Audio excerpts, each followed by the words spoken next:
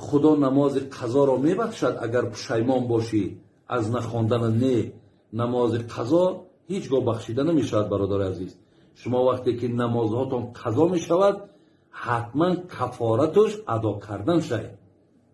بعضی ها شاید برای شما حجت و دلیل ها یا که برای شما فتوا تیان که نماز قضا وقتی که تو نخواندی مقصد توبه که خدا میبخشش. نه، هیچ وقت نماز قضا از گردن تا ساقط. اینجا حدیث است برادر عزیز و گرامی از پیغمبر نازنینمان، این جناب امام مسلم هم آورده است که رسول اکرم گفت من نسی صلاتا او نام عنها فکفارتها ان یصلیها اذا ذکرها.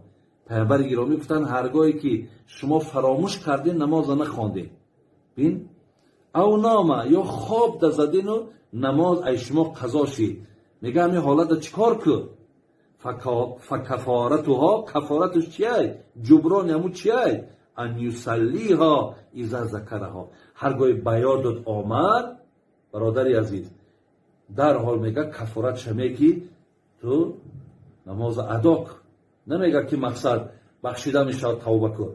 اینجا در حضرت حدیثی که امام ترمذی میارد، امام نسائی میارد از ابی عبیده ابن عبدالله ابن مسعود که میگه انا شغل رسول الله صلی الله علیه و اربع صلوات یوم الخندق. در غزوه خندق پیامبر برادر عزیز ببینید که میگه چی مشغولش کردن مشرکا، یعنی در همون غزا که اشتراک کرد 4 نماز میگه ای حضرت ترک شید. حتی ذهب من اللیل ما شاء الله، یک قسمت شب میگه گذشت.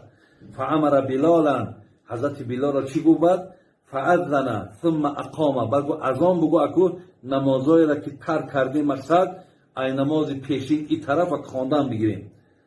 فصل الظهر، اذان گفت، قامت گفت، پیشین خواندن. ثم اقام فصل العصر، بگو قامت بگو، با قامت بگو، عصر خواندن. فصل المغرب ثم اقام، بگو قامت بگو، با قامت با شام خواندن. فصل العشاء، بگو قامت بگو، با قامت هم با خفتن شما خواندن. یعنی برادرای عزیز نمازهایی که قضا می شود کفارتشون ادا کردن است.